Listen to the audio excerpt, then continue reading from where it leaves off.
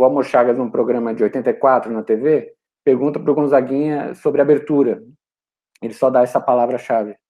E o Gonzaguinha responde muito sentimentalmente sobre a relação que ele tem entre a produção da música e o público, e como ele se abre ao produzir a música, e como o público vai se abrindo para ouvi-lo, né? Isso me chama muita atenção, porque a abertura é um termo de um período histórico, naquele momento, que eles estavam vivendo, e ele responde de maneira muito afetiva. Então, eu acho que isso indica como cultura e política, ou a política e outras esferas da vida social, se relacionam de maneira muito mais complexa, né? Esse é o ponto, acho que, inicial. E é a partir daí que eu fui tentar olhar um pouco um mapeamento sentimental desse período, olhando para esse termo abertura. A minha grande questão para essa pesquisa é como é que é possível estudar o clima histórico, né? Essa é a questão maior, que envolve a metodologia. Então, eu fui tentando desenvolver uma metodologia que, de alguma forma, respondesse a essa necessidade de captar algo muito etéreo, que é o clima, né? O clima, inclusive, ele nem é muito considerado como um objeto científico, né, nas ciências sociais. É uma discussão muito recente que considera o clima como algo que a gente pode estudar. Mas a gente, no dia a dia, a gente considera o clima a todo momento, né? A gente está toda hora falando disso. Na política, então, isso é constante, né? Quer dizer, qual é o clima hoje? O clima político mudou. Então, isso não é só algo que a gente usa no senso comum, mas é algo muito operativo, que dá para a gente estudar e dá para a gente, de alguma forma, entender as dinâmicas ou aprofundar um pouco nossa compreensão sobre essas dinâmicas que a gente tem no senso comum.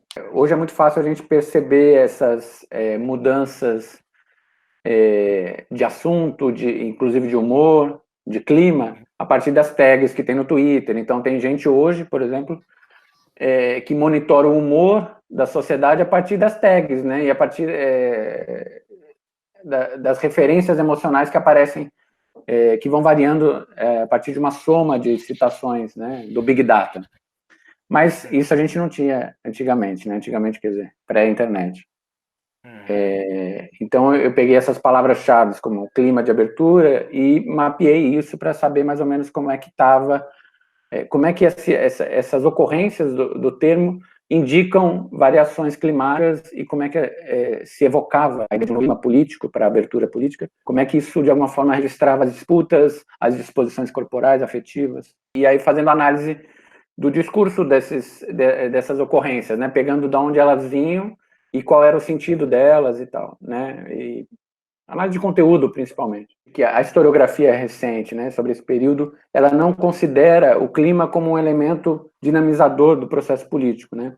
Então, eu tento demonstrar que ele é um elemento dinamizador, inclusive, se você pega a fórmula, né, a política que o governo militar tentou com a abertura, de controle gradual, lento, né? Não dá para entender esse controle gradual lento sem um processo sutil de controle afetivo, né, ou de indicação e proposta afetiva aos sujeitos. Então, nesse sentido, eu acho que eu consigo apresentar um pouco a relevância de pensar o clima como um foco de política, ou seja, a ditadura militar, a partir do Geisel ou da abertura, ela faz uma política climática. Esse é meu argumento, né, que eu acho que eu tento demonstrar. Aí quem diz que está demonstrado ou não são os leitores, mas existe uma política climática orientada para criar um clima e mudar disposições afetivas das pessoas, né? E isso, ao meu ver, ajudou muito a gente ter um processo muito controlado da abertura, da redemocratização, e com uma certa docilização, né, dos corpos, como diz o Foucault, né? O Gonzaguinha, ele tem aquela música Se Eu Soltar a Minha Voz, Por Favor, Entenda, né? Eu acho que ali carrega algo que eu estou dizendo sobre controle e libertação, né? Ao mesmo tempo que eu estou exercitando a explosão, né, a soltura, eu coloco adendo um pedido de desculpas, né, ou um certo controle sobre essa explosão. Então, isso é um problema que as pessoas iam ter que resolver de alguma forma. Como é que a gente vai para a rua, mas a gente sabe que ainda é ditadura? Como é que a gente vive a democratização, mas ainda a gente pode ser preso? Então, eu acho que a música ela oferece soluções e registros, consequentemente, disso. Né?